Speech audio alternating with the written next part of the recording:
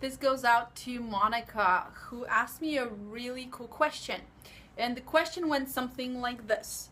What do I do at work? I sit all day, I'm starting to feel stiff, things are not feeling okay.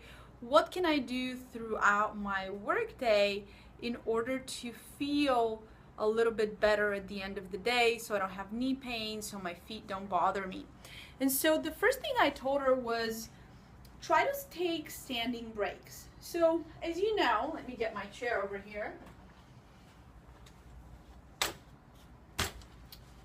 As you know, most of us spend our day in this kind of 90-90 position, right? So this bone, your femur, relative to your pelvis and your torso, is in this 90-90 position or some variation of it. And so you may be even slouching, your computer in front of you, maybe your head is going forward. But the main thing that's static about this is that the femur relative to your pelvis is kind of stuck in the same position, right? And down below, your lower leg relative to your knee is also kind of stuck in this 90-90 position. And that changes the relationship between the muscles. So the most important thing to do is to straighten them out. You want to straighten out your legs. So maybe every 30 minutes to 60 minutes, you want to stand up. And you want to just give yourself a little bit of that vertical position, right? You want to get that leg from here to here. You want to get that lower leg from this position into a straight leg position. Now, ideally, you'd want to walk around a little bit, right? Because as we walk, we also get the movement here. And there's important lymph nodes and nerves and blood vessels that pass here. So you want to make sure that you're moving. Maybe you want to take a little walk, get a sip of water, grab something to eat, say something nice to a colleague, look outside, give your eyes a little bit of a break. So taking a few steps back and forth doesn't take such a long time, and it helps reset your brain a little bit for work. What you can also do is you can also do some stretching. Now, depending on your workspace, that may look differently for different people.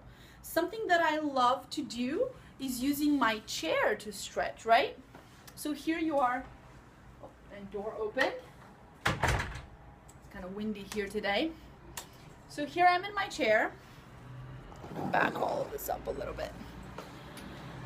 Right, you're sitting in your chair. It's super simple. Can you get your feet kind of at hip width and bring your right ankle over the opposite knee, right? And so it kind of leaves you in this bent knee position with your knee probably a little bit higher than your pelvis, depending on how tight your hips are. And I'm going to turn sideways so you can see this. Many people are kind of tucked under when they do this. Make sure that your pelvis is neutral, that your the mass of your glutes is behind you. And as you're hanging out here, you can do some ankle circles, right? Just back and forth. You can lean forward a little bit to expose some of the tension that's in your glute area. And just hang out. It doesn't have to be a powerful stretch, but it gives you a little bit of a chance to change things, to change those tissues, to get them a chance to get a little bit of fresh blood flow and flush out all the metabolites that are there. They're kind of compacted sitting there because you haven't been moving, right? If we lived in a more natural society where we were procuring our food and preparing it, and our day was spent in more of a natural way, it wouldn't be necessary to do all these stretching activities that are kind of artificial, but we need to build them in because we are also not doing a natural activity, being in front of a computer and in a chair all day. So that's stretching your deep hip rotators. Another really cool stretch that you can use a chair for is just bringing the leg behind you, putting your knee on the chair, right? And what that does is it opens your groin muscles, your hip flexors here, that pass between the pelvis and your upper leg. And so you can walk yourself forward a little bit and check with your pelvis. Make sure that it's not rotated. Make sure that it's not tucked under. It's not excessively tipped forward. Your pubic bone, the bony part at the bottom of your pelvis, and these two bones up here, your ASIS bones, if you put your hands like this, you should have them in a nice plane relative, same nice plane relative to the wall in front of you. And so can you just translate your pelvis forward a little bit, right? You're not arching your low back. You're just translating the pelvis forward. And that's going to open here a little bit. For those of you that have a little bit of knee discomfort, you may want to put like a rolled up towel or blanket under the knee, or maybe your office chair is way cooler than my $18 plastic IKEA chair. So yeah, you can do that. You can open the front.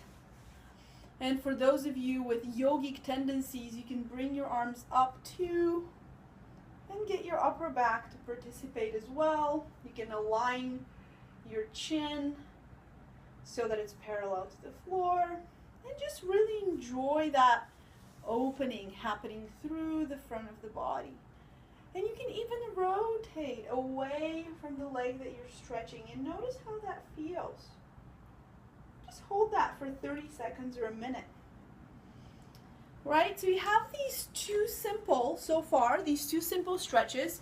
You have that hip rotator stretch, and you also have your hip flexor groin stretch in the front, just using your simple chair at the office. Now, another chair trick that I like to do is putting my feet at hip width, right? This is kind of the width of your hip joints right here. And putting the feet pointing straight. And then from here, using the chair as a support, you want to just hinge from the hips, bam, bam, bam, bam, bam, bam, hinge from the hips, and just place your hands on the chair. And other than being wonderfully entertaining for your colleagues, this also opens up the hamstrings and the calf muscles that are really restricted from being in a seated bent knee position all day long. The chest for some people, I'm going to show you on me, see if you can see this. As you touch the chair, some people's chest will just tend to just be magnetically drawn to the floor. And this can create a lot of tension in the low back. So what you want to do is you want to maintain those ribs, right? You want to maintain them aligned so that they're in one straight line with your pelvis. And then your back is going to look like it has a nice S curve versus a droopy C curve, right? And you can see how that also activates your abdominal muscles so that they're giving you some support here. So just hang out with your legs straight and enjoy it. And if you tend to tense your kneecaps, you can relax those. And just enjoy this. And come up. Walk around a little bit. Walk around a little bit and notice how your hips feel right after you've done the rotator stretch, you've done your hip flexor stretch with the leg behind you, and then you've done the back of the leg stretch that gets your hamstrings and your calves. And you can do this multiple times a day. This goes out to Monica and all of you who want to do a little bit better at work, just to help your body maintain its natural flow. We're not built to be sedentary. We're not built to be sort of stagnant in one place. And notice how your energy changes. Notice if it influences your creativity, if it influences your desire even to be at work.